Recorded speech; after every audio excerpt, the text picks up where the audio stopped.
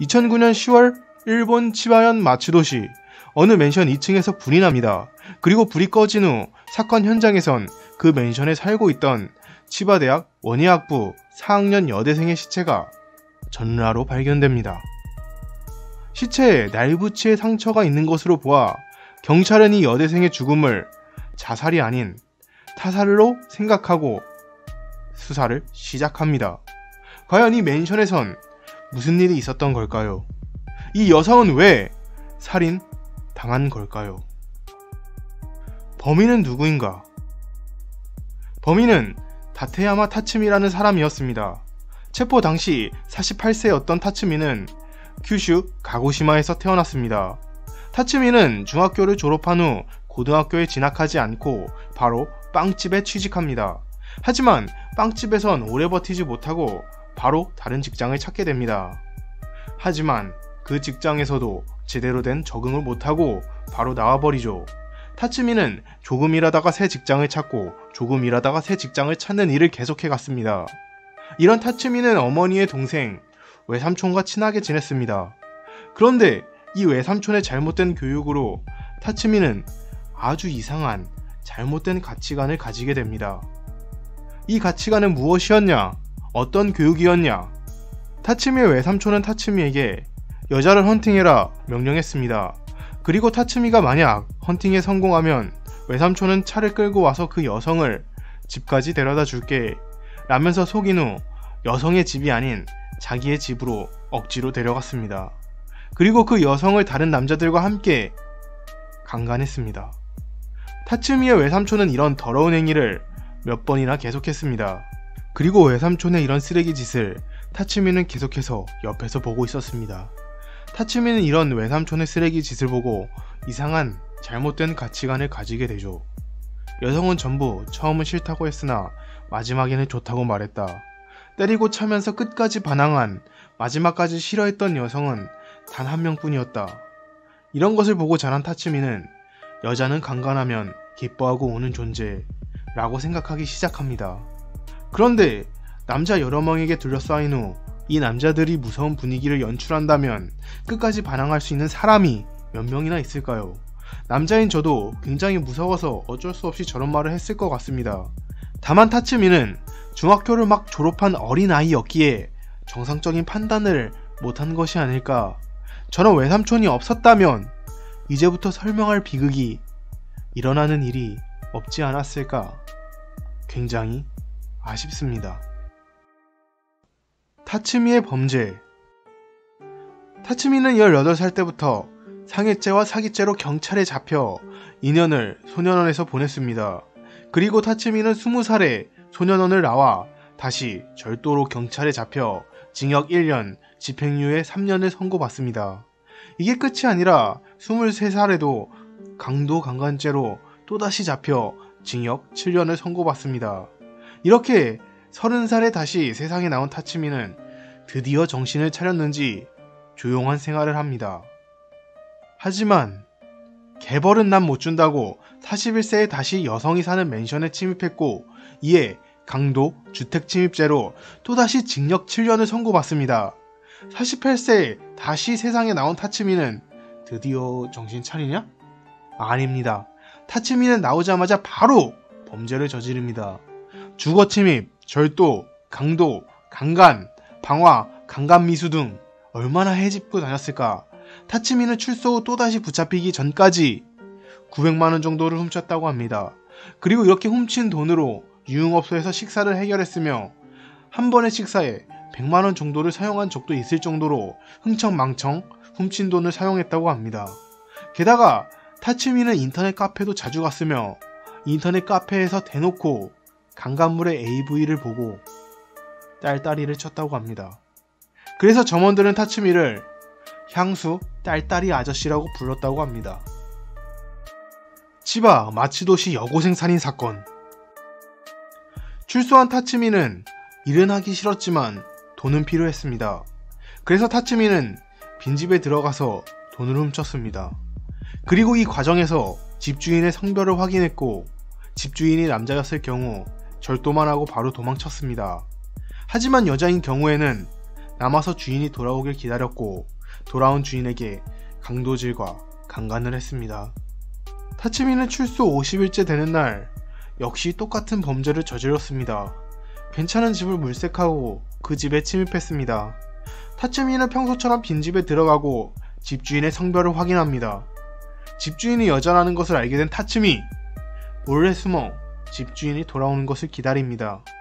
그리고 집주인이 돌아오자 타츠미는 평소처럼 집주인을 덮칩니다. 이 피해자는 치바대학 4학년의 오기노 유카리였습니다. 타츠미는 평소 강간을 했지만 사람을 죽이지는 않았습니다. 그런데 이번 사건에서 유일하게 날붙이로 찔러 유카리를 살해했습니다. 타츠미 본인도 원래는 죽일 생각이 없었는데 어쩌다가 피해자를 죽여 당황했는지 피해자를 살해한 다음 바로 그 자리에서 도망쳐버립니다. 하지만 사건이 발각되는 것이 두려웠던 타츠미는 그 다음날 현장으로 돌아가 전라의 시체에 모포를 덮어주고 불을 질렀습니다. 이는 증거를 인멸하기 위함이었죠. 이렇게 사람을 죽였음에도 죄악감을 전혀 느끼지 않았는지 이 사건 이후에도 주거 침입을 계속해 갑니다. 아마 경찰에 잡히지 않았다면 계속해서 이런 범죄를 저질렀겠죠. 하지만 타츠미는 바로 경찰에 잡혔습니다. 바로 오기노 유카리를 죽인 후 유카리의 카드로 돈을 뽑는 대담한 짓을 했기 때문이죠. 이렇게 잡힌 타츠미는 들으면 귀를 의심할 역겨운 말을 했습니다. 빈집털이로는 돈이 되지 않는다. 그래서 강도짓을 했다. 교도소가 편하다는 생각이 들었다. 인생의 반 이상을 교도소에서 지낸 타츠미, 사회보다 교도소가 더 편하다는 막말을 한 것이죠. 이뿐만 아니라 살인사건에 대해서 타츠미는 한층 더 역겨운 말을 합니다. 오기노 유카리가 들어오자마자 현금 카드를 빼앗고 비밀번호를 알아내기 위해서 날붙이로 위협했다. 하지만 유카리는 거칠게 반항했고 이를 제압하려다가 무심코 날붙이로 유카리를 찔러버렸다. 그런데 유카리의 시체에서는 격렬하게 저항한 흔적이 발견되지 않았습니다. 유카리는 손발이 구속되어 있었고 입은 스타킹으로 제갈처럼 묶여 있었기 때문에 이 증언은 거짓말임이 바로 발각되었죠. 이에 거짓말이 발각된 타츠미는 증언을 바꿉니다. 유카리가 스스로 자기 옷을 벗기 시작했다. 그리고 유카리는 자기가 죽고 싶다고 말했다. 유카리는 나에게 나를 찌르고 너도 죽어 라고 말했다. 그리고 유카리는 나는 룸살롱에 다녀.